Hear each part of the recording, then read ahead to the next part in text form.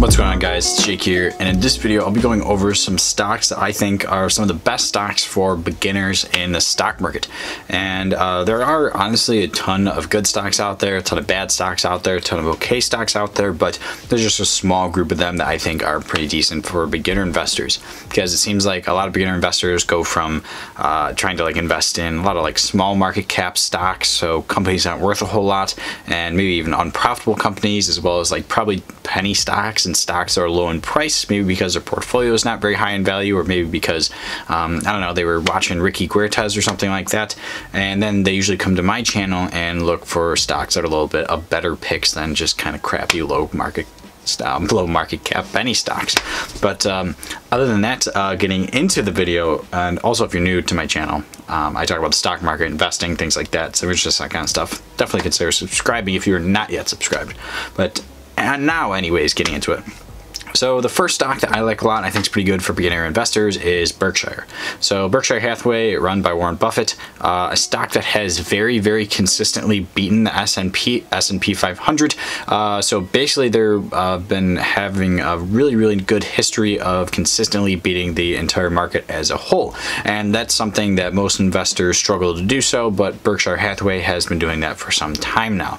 And a couple other things about Berkshire: one, it's a very large market cap stock, over 500 billion at the time of making this video. It has a forward PE of around 19 or so. No dividend yield on them, but I think because they have such consistent returns every single year, that kind of makes up for it. And they have been more modestly beating the S&P 500 in recent years, in the past 10-20 or so, but they still do consistently beat them. So I think that does make up for the discrepancy in not having a dividend yield, because if you just have a company that consistently every single year has good returns, then you don't necessarily need a dividend yield with that. And they're not going to see any sort of crazy growth or anything like that, but I do think that is a pretty good indicator of having decent growth, of beating the S&P 500 somewhat consistently.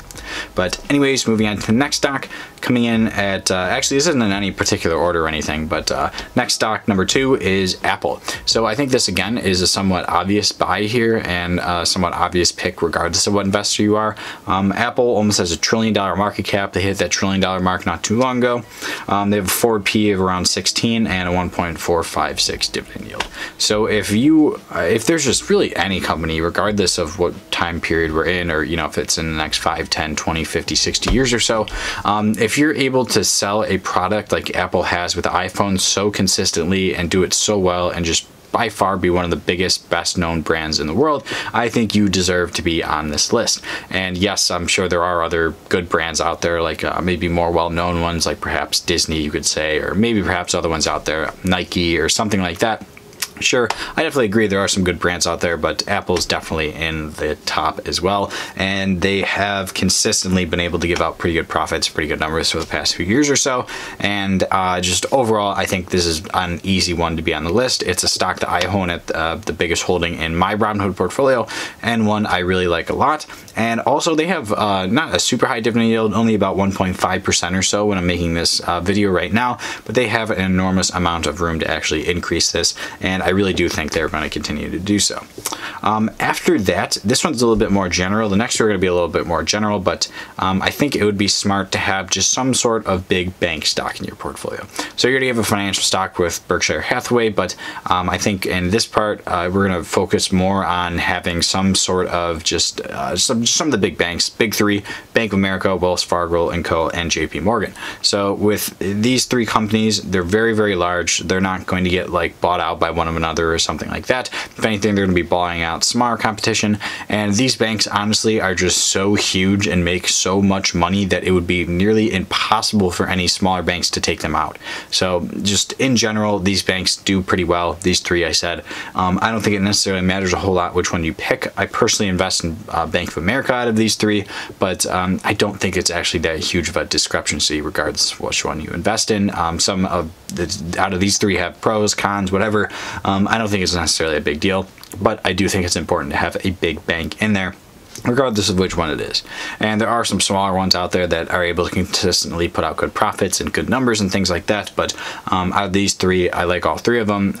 If I was to order them, I'd probably go Bank of America first, JP Morgan, then Wells Fargo, but either way, three pretty solid ones. After that, this one's going to be a little bit more general again. This is just going to be buying a healthcare stock. So there's a lot of really, really bad healthcare stocks out there, just to be quite frank.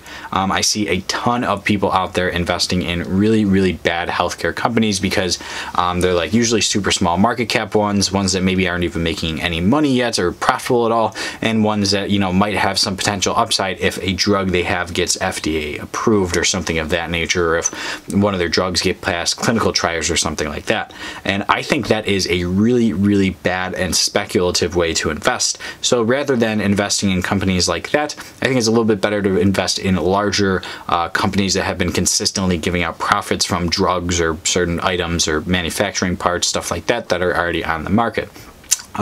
Some big ones, and three of them I invest in, are Johnson & Johnson, Pfizer, and AbbVie, but there's also some other good ones out there like Eli Lilly and some other smaller ones as well, but those would probably be the top four that I would personally target: Johnson & Johnson, Eli Lilly, Pfizer, and AbbVie. So those four very large not just biopharmaceutical, but very large healthcare companies, ones that aren't going anywhere anytime soon, ones that are consistently have plenty of products on the market that are giving out profits and are continuing to create more products as well.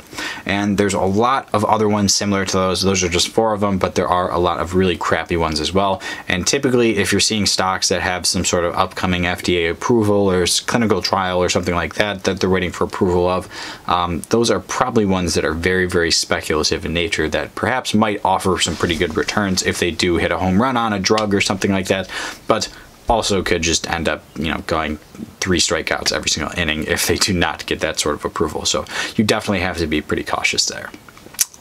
Anyways, moving on to the next stock. The next stock on the list is going to actually be McDonald's. So McDonald's is relatively well known for being a very large company, very blue chip stock, good dividend yield, really just solid all across the board.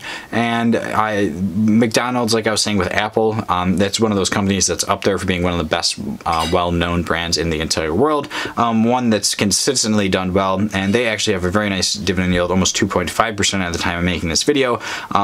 25 forward PE ratio, and they're also a $150 billion company. So not as big as some of the other ones like Apple and Berkshire, but still a very, very large company, one that's absolutely dominant in their industry all around the world, and an industry that's probably not going anywhere anytime soon.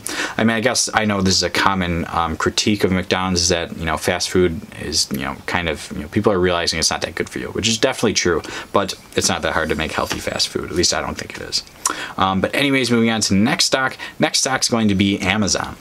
So Amazon, if, you know, I was to rank like riskiest to non-riskiest companies in this portfolio, Amazon would probably be at like the riskier side and the more speculative side, just simply because it's been around for the shortest amount of time out of any of these companies on this list. I mean, some of these other ones like Johnson & Johnson, McDonald's, some of these big banks have been around for literally 100+ years or so, and Amazon hasn't been around that long.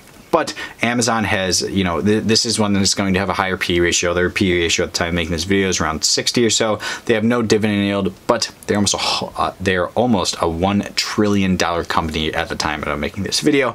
And not that market cap necessarily means whether or not a company is good or not, but that likely means they aren't going anywhere anytime soon. And they're also a company that's just completely destroying an entire sector of the economy and just absolutely dominating in e-commerce and online selling as well. And just overall online retail. I mean, I think it would kind of be crazy not to invest in a company like this in one way or another, just simply because of how absolutely dominant they are in their specific sector and industry. But either way, moving on to the next stock. Next stock is going to be Coca-Cola. So Coca-Cola, dividend aristocrat, I think it has the highest dividend yield on this portfolio. I'm pretty sure around 3.5 or so right now. Forward P of 21. This is one of Warren Buffett's favorite stocks. Big blue chip company, probably not going anywhere anytime soon. One that does very, very well in its sector and industry, and one again that has some critiques very similar to McDonald's, that people are starting to eat healthier. You know, people don't want to drink crappy, sugary, carbonated drinks anymore. And well, yes, that is true in theory, but the real world scenario is people are still buying these drinks. People are still drinking these drinks. And also, Coke is so incredibly diversified in terms of what drinks they actually sell that I don't think that actually matters too much, because they actually own a significant amount of drinks that you might think of are healthy as well. One of the recent acquisitions, actually, I really like a lot. I love how many acquisitions Coke makes. It's crazy how much they just simply buy out smaller competitors. And so those are the 6 stocks, or 6 groups of stocks I think are pretty solid for beginners in the stock market. One last one is just simply investing in the S&P 500 by buying an ETF. The one I like the best that mirrors the S&P 500 is Vanguard S&P 500 ETF, ticker symbol VOO. If you can't beat the market, might as well buy it. So I think it's usually a good idea to invest like 10 to 15% of your portfolio in the S&P 500, or just in the overall market, or one way and another. And there's a ton of ETFs that do that, and I think VOO, Vanguard S&P 500 ETF, is one of the better options out there. But anyways, guys, that's really it for this video. I hope you guys enjoyed the video. Definitely let me know in the comment section what you think about these stocks, as well as if there's any other stocks or companies that are good for beginner investors to invest in, or perhaps you're a beginner investor and you feel free to share what stocks you own in your portfolio. And also, like I said before, if you're new to the channel, I talk about investing, stock market, personal finance, entrepreneurship, things like that. So if you're interested in that kind of stuff and you are not yet subscribed, definitely consider subscribing. But other than that, guys, I hope you enjoyed the video. Thanks for watching.